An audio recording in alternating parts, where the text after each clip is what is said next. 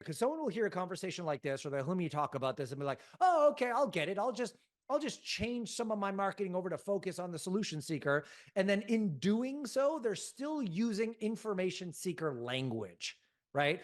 So the key, I think, to understand the easiest initial distinction, and there's tons of nuance to this, but the initial distinction that I think is a great starting point for everybody is information seekers are seeking how to information.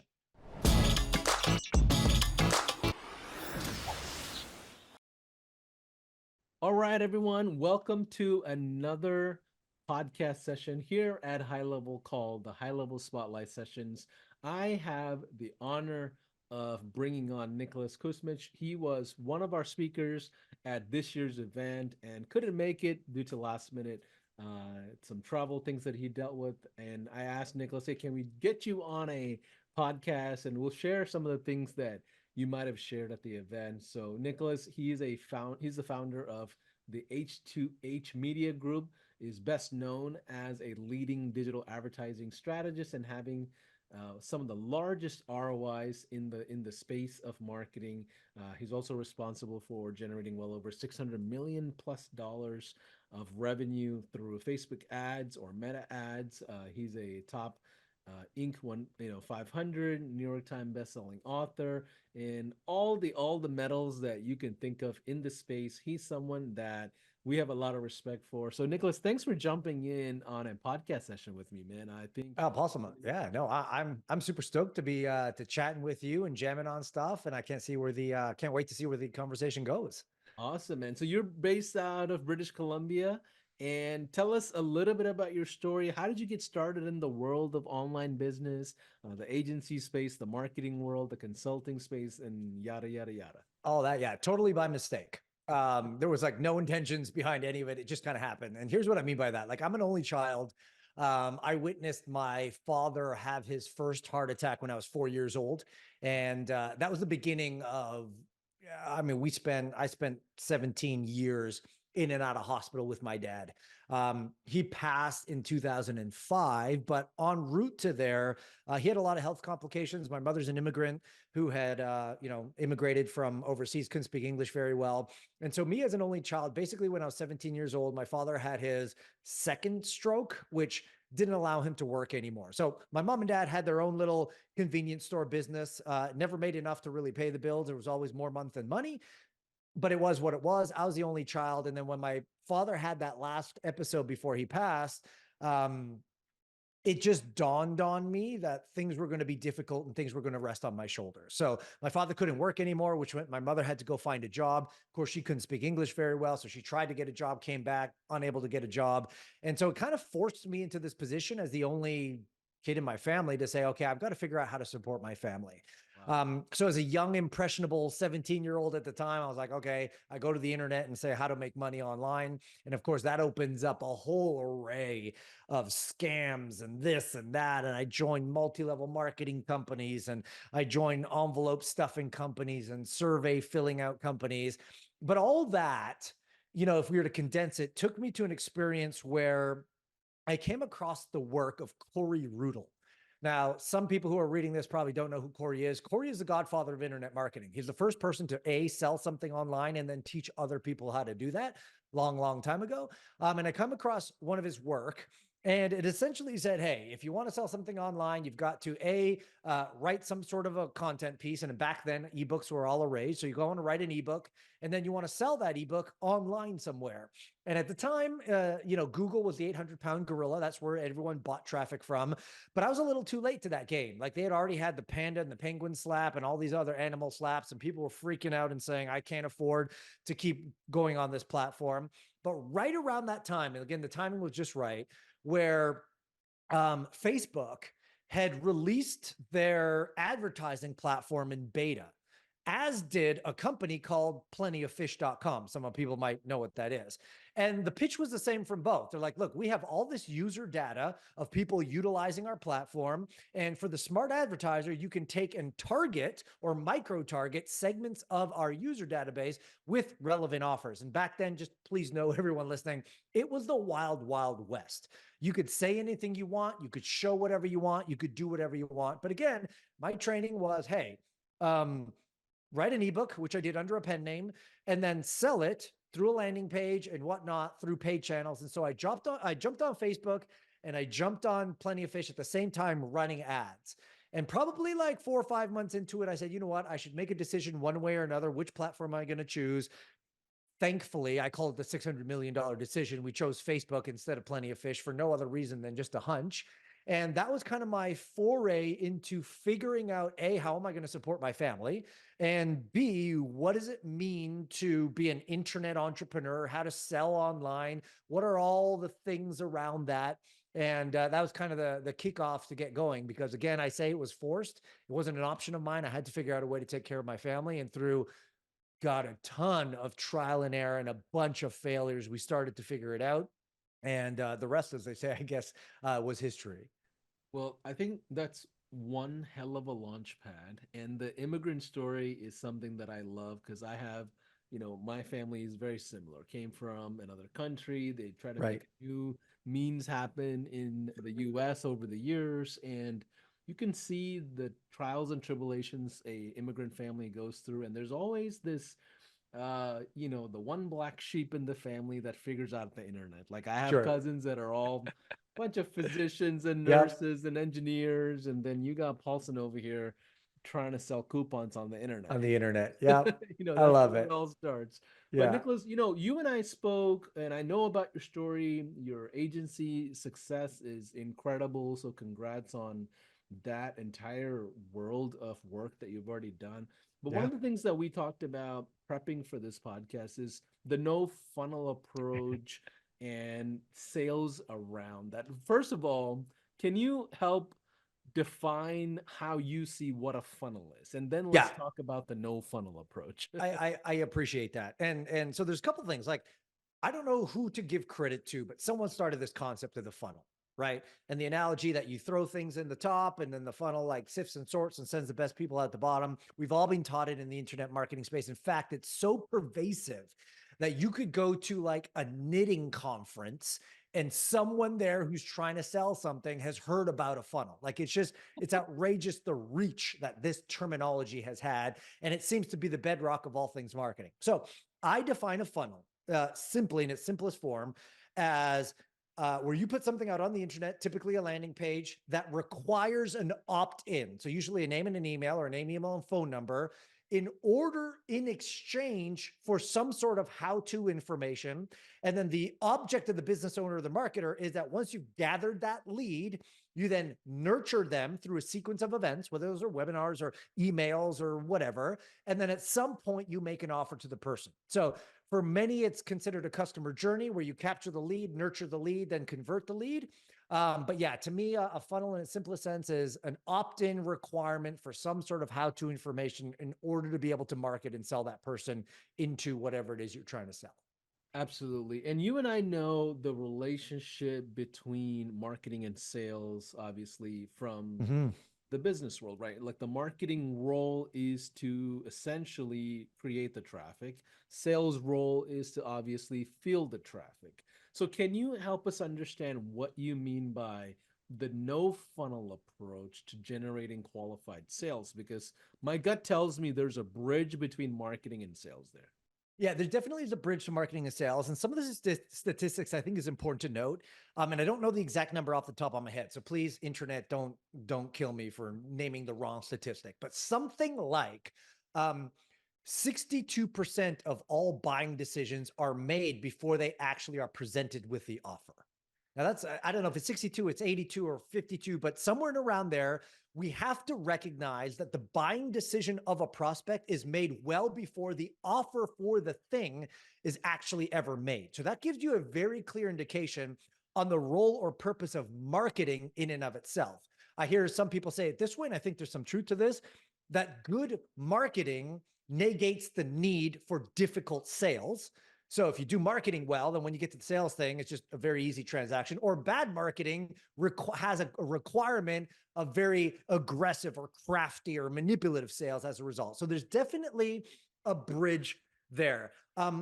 Yes, I think there's a lot of people that define and separate those things. There's marketing and there's sales, but I think they go hand in hand. Good marketing leads to sales, and good sales is the byproduct of good marketing. When you can bring the two together, then you have something powerful here. Now, when I'm talking about the no funnel approach, I just want to be very clear to say that I understand that funnels work. I'm not saying that they don't. I'm not saying that if you've built a multi-million-dollar business around them, that you shouldn't continue to use them.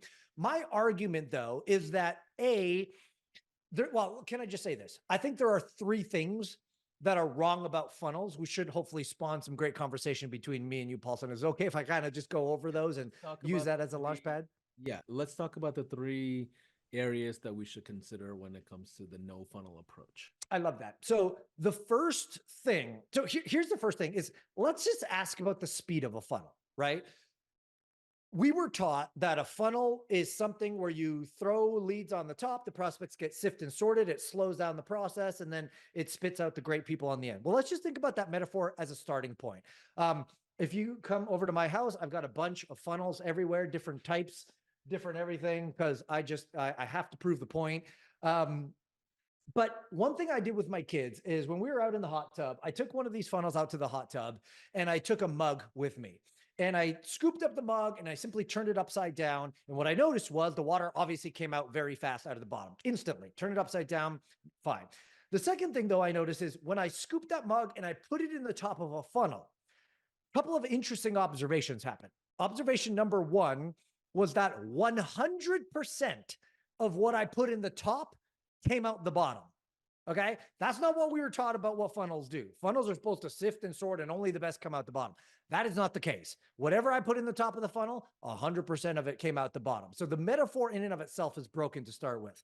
But secondly, what I did notice is that whatever I put on the top, it actually slowed down the flow of what came out the bottom. Now, I don't know about you, Paulson, but I know if I'm doing any sales or marketing, I don't want to slow down the process. I actually want to speed up the process. And there in and of itself is my first argument of what I don't like about funnels is traditionally they slow down the prospect's process. And if you think about it just from a very specific standpoint, they've got to opt into something.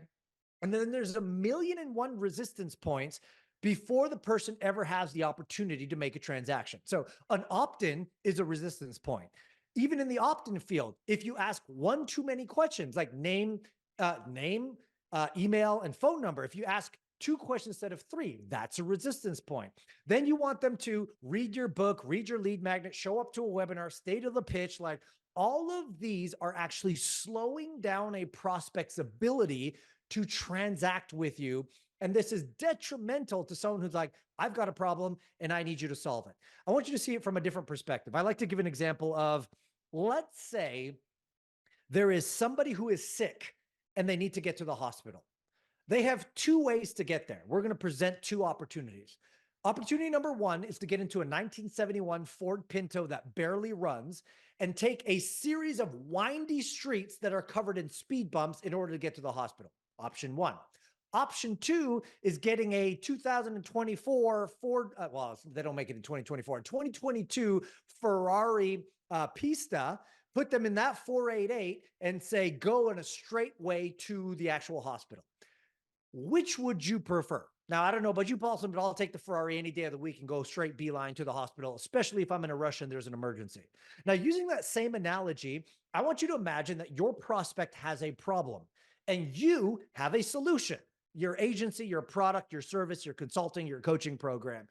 And you have the ability to build the path for your prospect who has a problem to get to their solution. Now, which would you choose? Would you rather them take the long, windy route in an old broken down car that was covered in speed bumps? Or would you rather them take the beeline straight direction into your solution and offer it to them that way? That's the fundamental question I ask via the metaphor, that what would you prefer? And most people obviously say, well, I'd prefer the Ferrari and 488 Pista. Great. Then why do all of our marketing activities resemble the Ford Pinto with a bunch of windy streets covered in speed bumps? A good friend of mine, Jesse Elder, says funnels are like speed bumps to supercars, right? And prospects are like supercar drivers. They have a need for speed, generally speaking. And so the more you put in their way, the more difficult it is to get to the end process, which then kind of brings us to number two.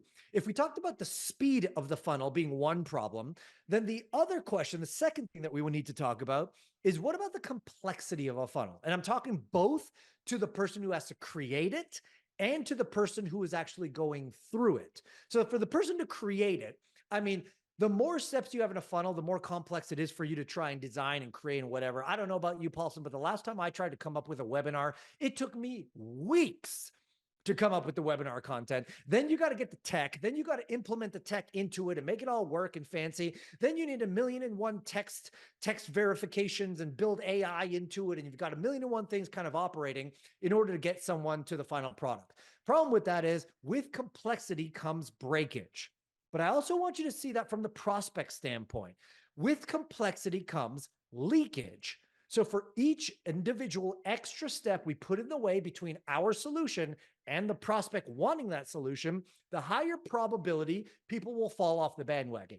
A great example of this is, again, webinars. Now, I'm not coming against webinars. If you run them, all the power to you. But let's say you get 500 people registered to a webinar. The average show up rate for a webinar is about 20%. That means 100 people actually show up to the webinar.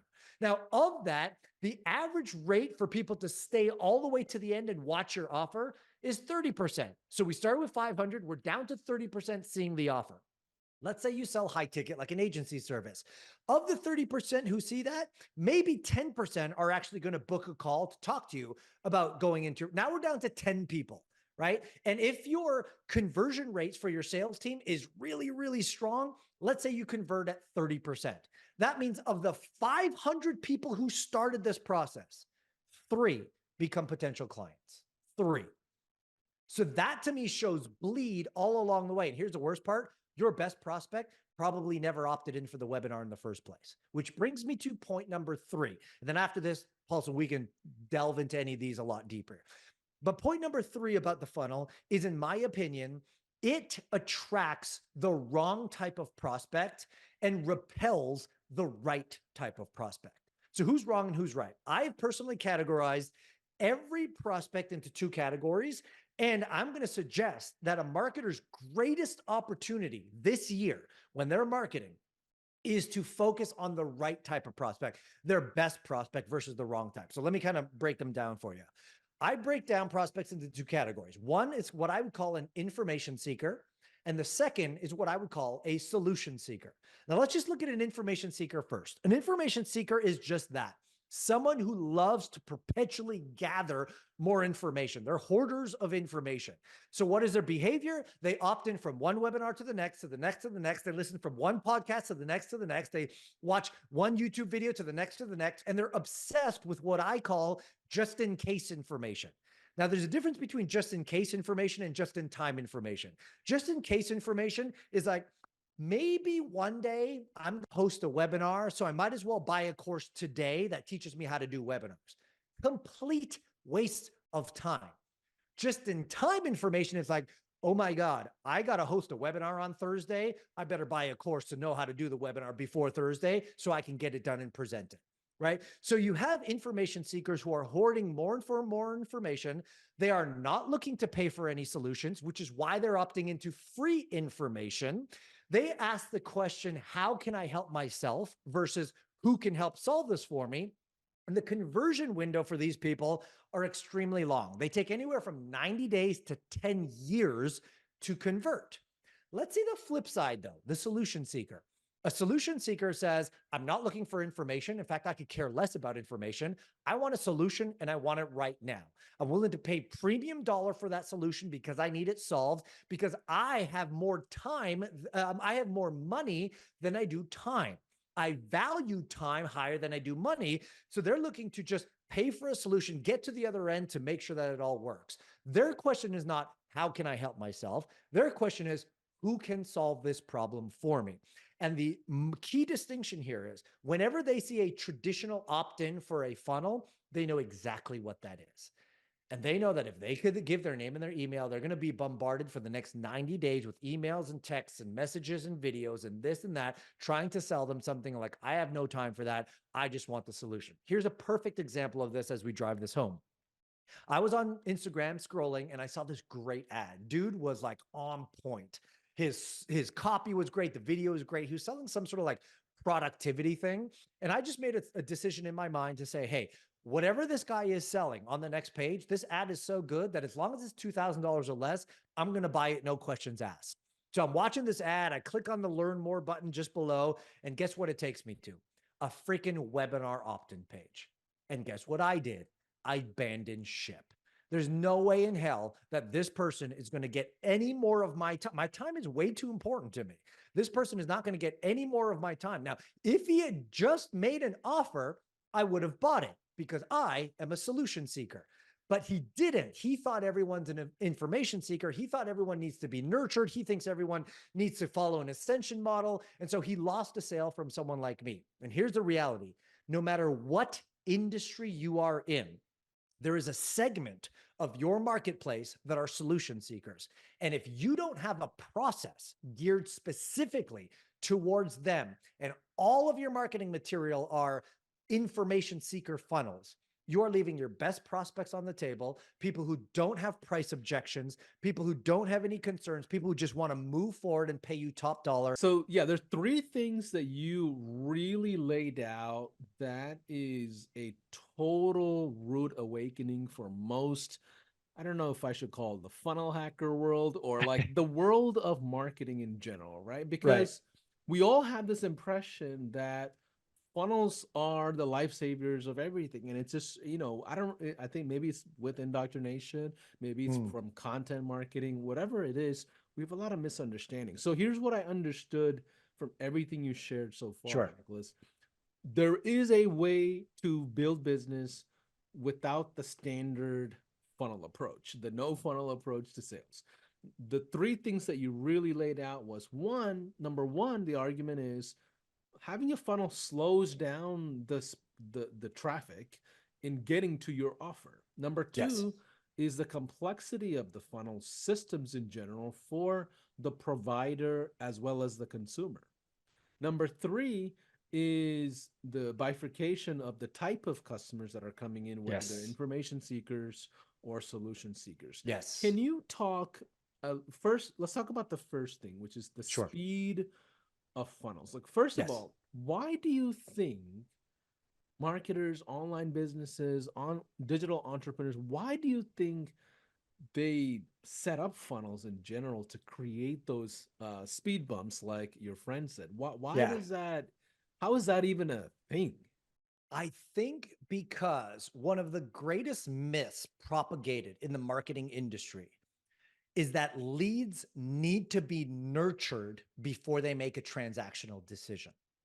Now, don't get me wrong. I'm not saying that some leads need to be nurtured before making a transactional decision, but the perception is that all leads need to have multiple touch points before making a transactional decision has led to the advent or the creation of the modern day funnel, because that's essentially what it is. It captures a lead and then through that puts multiple touch points in the process. And that is 100% true for an information seeker, our worst type of prospect. But it is not true for a solution seeker, because I don't know about you, Paul, so I don't want to make like assumptions here, but I'm going to guess you're kind of like me, where you value your time more than your money. I will pay for a solution if it saves me time, no matter what that price point is. And there's an entire marketplace of those people. Now, if we're speaking to agency people specifically, this is even more true for you, because the reason a prospect is coming into your world is because they're saying, I don't want to do it myself. I want to pay you to do it. So it's even more true in an agency world where the prospect is like, in my case, let's say I'm running a meta advertising agency.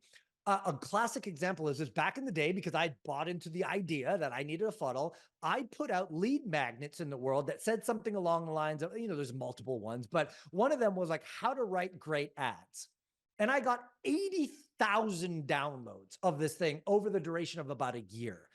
Now, if you think about it in hindsight, how silly is that? Because yes, it's a great lead magnet and the information seeker is going to love that in terms of content. But if someone is downloading a lead magnet of how to write a great Facebook ad, do you think they want to hire me as an agency to do that? Of course they don't. They wouldn't be looking for that type of information.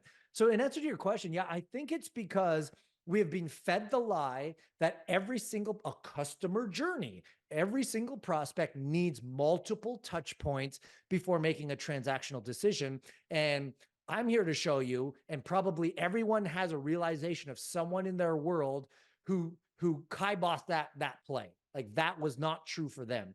They got involved without needing a funnel, which is why I encourage people to think about all the people who did that and how easy that sale was.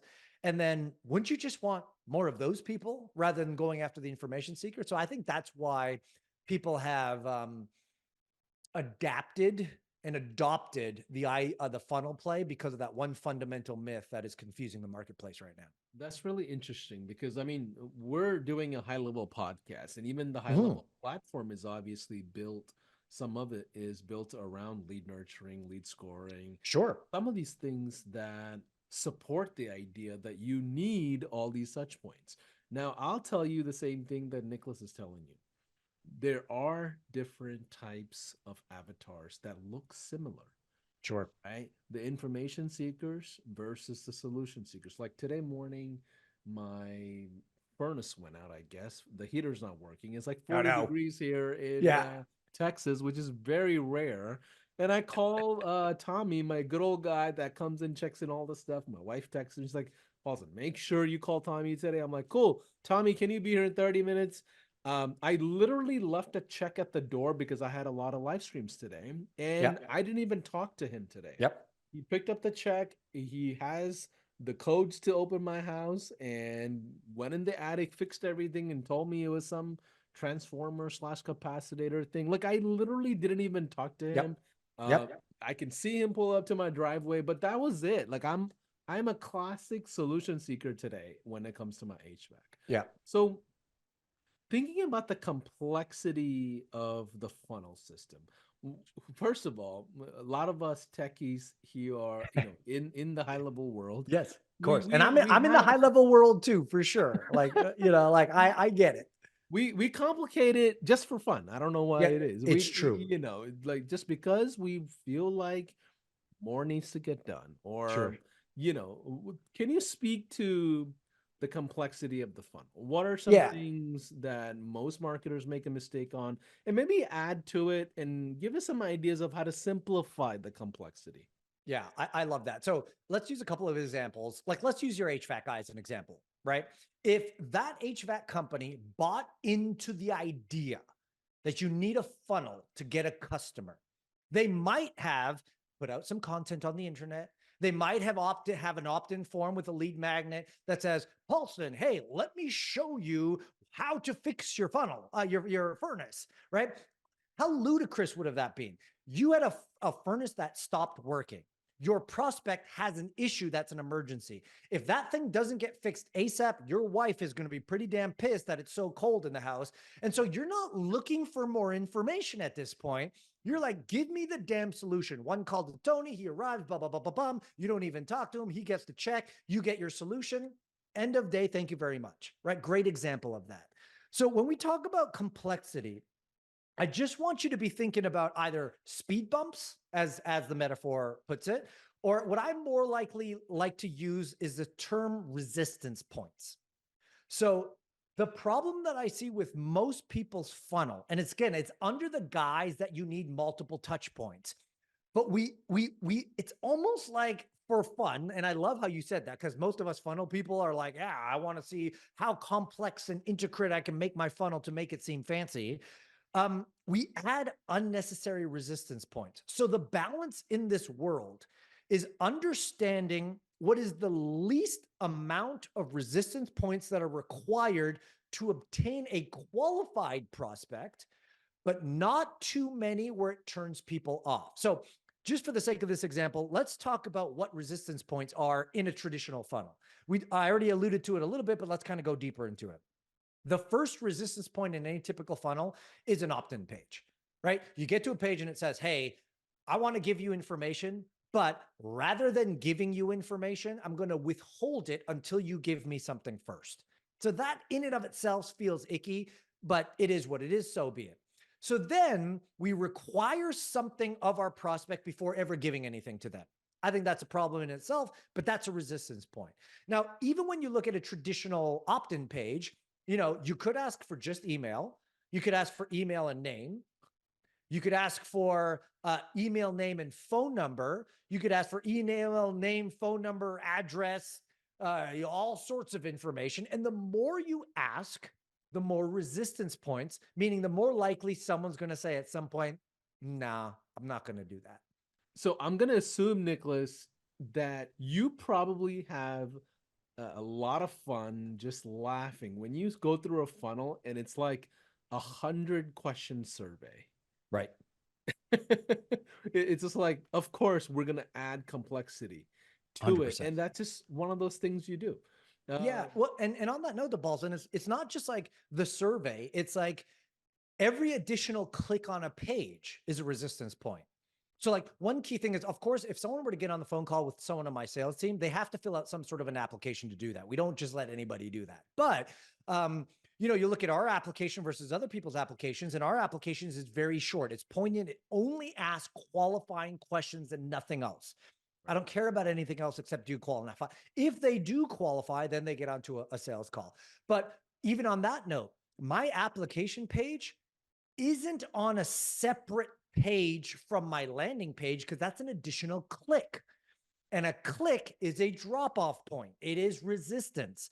So even think about every additional minute in a video, every additional second in a video is resistance. Every additional question on a form is resistance. Every additional click in the process is resistance. If you ask someone to do something that they wouldn't normally do is resistance. So the key here, again, is understanding how do you reduce the number of resistance points so that you are only asking the bare minimum to allow someone to qualify themselves before having a conversation with them.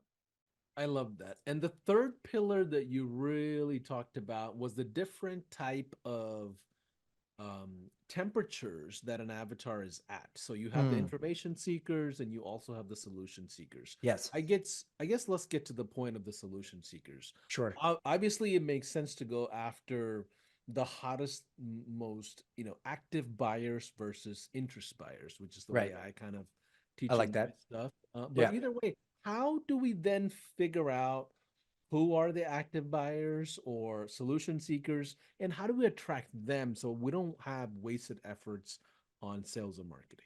I love that. So one thing we can't do is tap into all of our prospects' brains and identify as a result. Are you a solution seeker or are you an information seeker? I mean, if we had that technology, I'd be all over it. Unfortunately, we don't. So what we have to recognize is the market is the market. But how do we attract, to the second part of the question, which I love, is how do we attract only the solution seeker? And here's where I think a lot of people have the broken nuance of not understanding how to carry that over. Because someone will hear a conversation like this, or they'll hear me talk about this and be like, oh, okay, I'll get it. I'll just change some of my marketing over to focus on the solution seeker. And then in doing so, they're still using information seeker language, right? So the key, I think, to understand the easiest initial distinction, and there's tons of nuance to this, but the initial distinction that I think is a great starting point for everybody is information seekers are seeking how-to information. So if your ad leads with any type of promise around how to something, download my lead magnet to figure out how to, come to my webinar to figure out how to, watch my video to learn how to, you already know that you're targeting the wrong type of person because how to information is being sought after by information seekers. Instead, You want to be solution oriented and you want to talk about a solution. But here's a key distinction that I actually want to spend some time talking about, Paulson, because I think it's important. It's the problem with the modern day marketer, particularly one who goes, okay, I get it, fine, let's just target solution seekers, is now all they talk about in their marketing is the solution, which is half the equation. But the other half of the equation actually, and I got to give credit to the category pirates. They come up with this concept. But the real key here is you've got to sell the idea, not your solution. If you sell the idea, then you automatically become the category king or queen, and your solution becomes the next easy decision for people to make. When you sell the solution itself, people are like, oh, well, that guy's just trying to sell something to me. And I'll give you a real life, transparent example of what we're doing on this call right now. Absolutely. I have not yet even talked about how I could provide a solution for people who understand this. We have spent the last however many minutes in this conversation talking about one thing, and that is the idea of a broken funnel. That's all we've been talking about here. And there's going to be some people who listen to this and are going to be like, bullshit. I don't like it. I don't know. I'm a funnel guy, die hard. Screw you, Nick. You're the devil. Forget it. We're not going to do this. Cool. You're not my ideal prospect anyways. But there's going to be some of you who are going to watch this and be like, damn, that makes sense. I've been wasting so much time and so much energy. Now, if they come to that belief and they've adapted this ideology that I've been presenting, then if they're my ideal prospect and I made an offer to them for our solution, it's an easy, reasonable yes. Right. So I think that's the key to understanding when you market to a solution seeker. You can't just market the solution. You got to market the idea, which is the solution that they're looking for. And if you could buy into the idea, then they become an easy prospect for you. And the last thing I'll say about this, unless you want to unpack it more, which I'm happy to, is that the idea has to be different, not better. So different is better than better. Because the moment you present your agency as faster, cheaper, better, more efficient, whatever it is that you want to put, or your business doesn't have to be an agency, you have automatically entered into the comparison game. Because they're going to be like, well, faster than what? Cheaper than what? More expensive than what? And this was the biggest mistake that Pepsi-Cola made in their marketing campaigns years and years ago when they did the Pepsi Taste Test Challenge. I don't know if you remember this, Paulson, where they went around traveling America with 2 cups, 1 Coca-Cola, 1 Pepsi, and they covered it and they say, taste both and tell me what you like better. It doesn't matter which people liked better. Coca-Cola that year had to spend $0 on marketing because Pepsi was doing all their work for them. They were bringing Coca-Cola to because they were comparing. Right? So I'm here again. Let's go meta now. Let's go one step back to even looking at this podcast. If we're looking at this podcast here, I'm not saying I, Nicholas, have a better funnel than so-and-so. I'm not saying my super fancy 2.0 AI funnel is better than a webinar funnel. Look, if you want funnels, do not come to me. I cannot help you because I'm not a better option. I am a different option. The ability to go completely against the traditional funnel and to move into our space. And I think that is a key that most agencies or most marketers don't do. They're competing against standing out and they're selling their solution versus selling the idea. When you can understand both of those, you attract solution seekers into your world. Yeah, I love what you're saying because it reminds me of early on. I think the third agency that we were building, we're at like almost 46 or 47 employees at that point in Wow. Dallas. Yeah. And we were, really a white label agency, which is essentially the powerhouse behind High Levels Marketplace. We don't do those services anymore, but early on we did. And I built that team. And I would see and observe a lot of team members going through extremes, right? So you like, and I notice on the third thing that we're talking about, the idea that the marketer has to present relevance to the solution seekers versus information seekers. A lot of times people swing to extremes. So Right. they go from how to's to then going about guaranteed offers, right? There's Sure. no there's no navigation in between. And that's something that Mm, I've seen team members do. So whenever you tell them, hey, this is not the right thing, or maybe you need to improve it, they'll go swinging extreme to the other side with a solution or idea. And your marketing brand position does not need to swing and wave one way or another, where one newsletter is talking about we guarantee 25 new appointments for the dentist. sure. Then the next one is like, here is how to build a funnel. Like Yeah, yeah, right. none of these things are connecting together. And I think Yes, that's a exactly. point that I would love for you to unpack. How do we find the right balance of relevance so we do attract the solution seekers? Because I think that's the key to good marketing versus non-difficult sales, going Yeah. back to our original thought. I agree. And I think there's 2 points that we can mention here. One point is, um, I'm not opposed to any marketer or any company having 2 separate focuses, but understand that they're completely separate. So if you're going to have a traditional funnel, so be it. Have that funnel and know that that is dedicated to information seekers. And if that serves your business and you need some of that, then all the power to it. I'm just saying, don't ignore the solution seekers, and you can have both. But to your point, don't try to mix the two together, because they're not. Right. So then when it comes to relevance, I think it's where I see most people dropping the ball is not understanding what the solution seekers actually want, right? It's again the nuance of like assuming that solution seekers are just better information seekers, which they're not. They're completely different people. So when you recognize, here's a couple things I know true about solution seekers that may help guide this conversation even further. One thing that I know true about information seekers is that they value time more than money, right? So all of our funnel processes or all of our processes, all the information that we give out, any of that has to be cognizant of the fact that if you ask too much of that prospect, too much time, right? I want to get on an hour-long discovery call with you. I want you to watch an hour-long webinar. I want you to whatever it is, right? The moment you ask for too much of their most prized asset, you've lost them. So they value time more than money. The second thing is they are not price averse, but they are risk averse. So usually in our sales conversations, it's never a can I afford it or can I not? If we've done our marketing correctly and we've brought in the right type of people, it's not, oh, that's more than I can afford. But they are adverse to investing into a solution if they know that there is very to little no buy-in from the provider of that solution.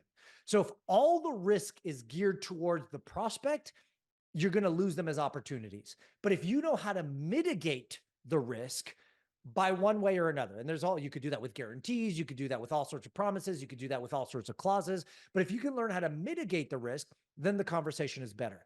Here's the third thing I also understand true about solution seekers. Not all solution seekers, but the vast majority of them. Solution seekers, and here's a key distinction, are no different than luxury buyers. Okay. So when you study the mindset of those who spend luxury versus regular, you start to understand how these people operate. So what I mean by that is these people will fly private or first class. They will never ride economy or a coach. And if you just think about from that perspective, what would be the conversation you'd have if you're trying to sell a plane ticket to someone who's trying to sell economy, which is, oh, price and this and that, and pick your seats and you get bags, versus someone who's going to fly business who doesn't care about what the price of that is, right? So that's a key to say. It's the people who wear Louis Vuitton. It's the dudes and gals who drive supercars. Like I drive a supercar. My damn car cost me $800,000. And do you think it's because it has air conditioning or it takes me from point A to B? That's why I bought it. The radio sucks on the car. It fits 2 people in there. It's extremely uncomfortable to get in and out of. I mean, there's no practical value to this machine. But why did I buy it? Because of the intrinsic value of it. So it's a different conversation. If you walk into a McLaren dealership, that conversation is different than you walking into a Honda or Toyota dealership. Now, it's not that one car is better than the other. It doesn't matter. But what we have to recognize is they are different people. So when you can start to understand now the mindset, the conversations, the needs, the desires, solution seekers are heavy. Again, the most equivalent I could say are like luxury buyers, people who have a different mindset about buying decisions. When you can understand that and gear your content around that, that's now more relevant. And a great simple example of this is people in that category like to buy status. They like to buy access. They like to buy speed. They like to buy things that they can brag about. Like these are things that motivates that type of buyer versus someone else. So if you keep that in mind a little bit, it helps guide the content and the relevance and the marketing approaches that we put out to that particular type of prospect. I love that. So on today's session, just to really unpack and summarize everything, we talked about the no funnel approach to having right, relevant sales opportunities. The first thing we talked about was the speed of the funnel systems. And we're not necessarily talking about a certain landing page. Hopefully, you pick that up as you watch this, but the idea and the principles behind how a funnel functions, the speed and the resistance that it creates. Number two, the pillar was the complexity and Right. how that creates a certain types of experience for that avatar that comes in or out. And the third is really around the different types of intention each type of avatar would have. You have the Right. information seekers versus the solution seekers. Any final thoughts on this topic for you, Nicholas, as we just kind of close out? Well, I want to say a couple of things that hopefully land for the right prospect. And that is one, I believe that any business's greatest opportunity in the next 365 days does not come in trying to find a better mousetrap or a better funnel.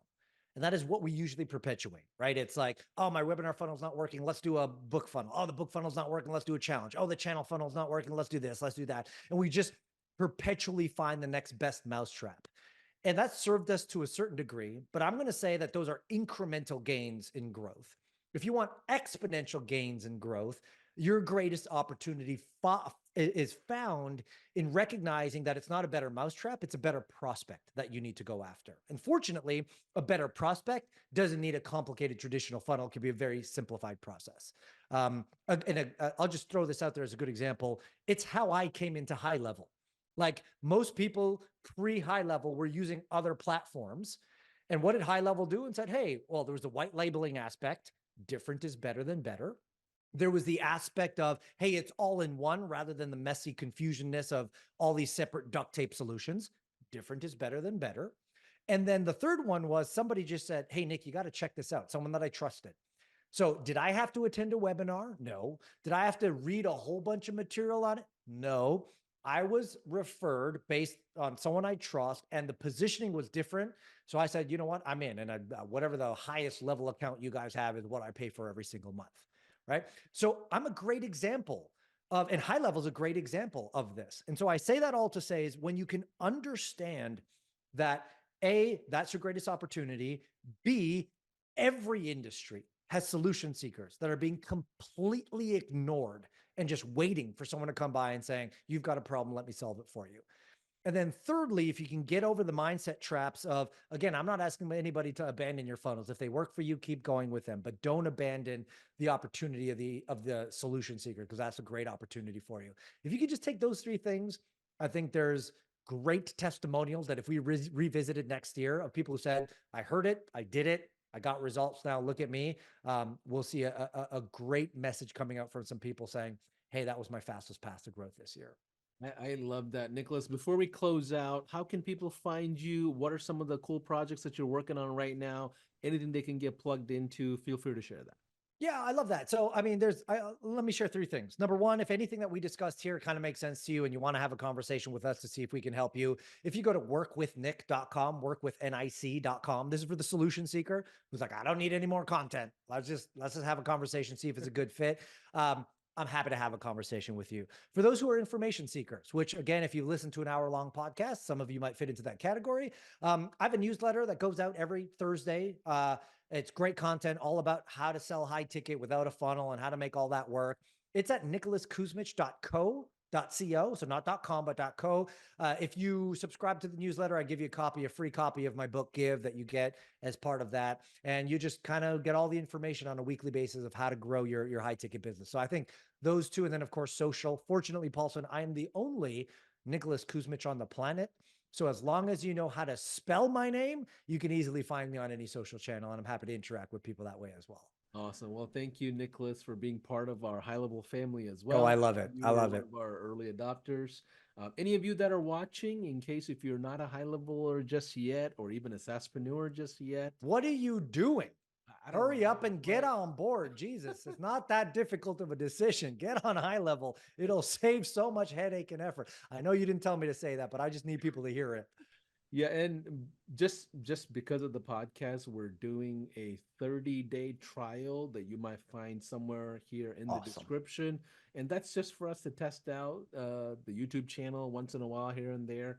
You always have our standard 14-day one as well. If you want to skip all of it, go right into it, jump on with one of our solutions Zoom session consultants, and they will set it up for you as well. Love that. But either way, have a good rest of your day.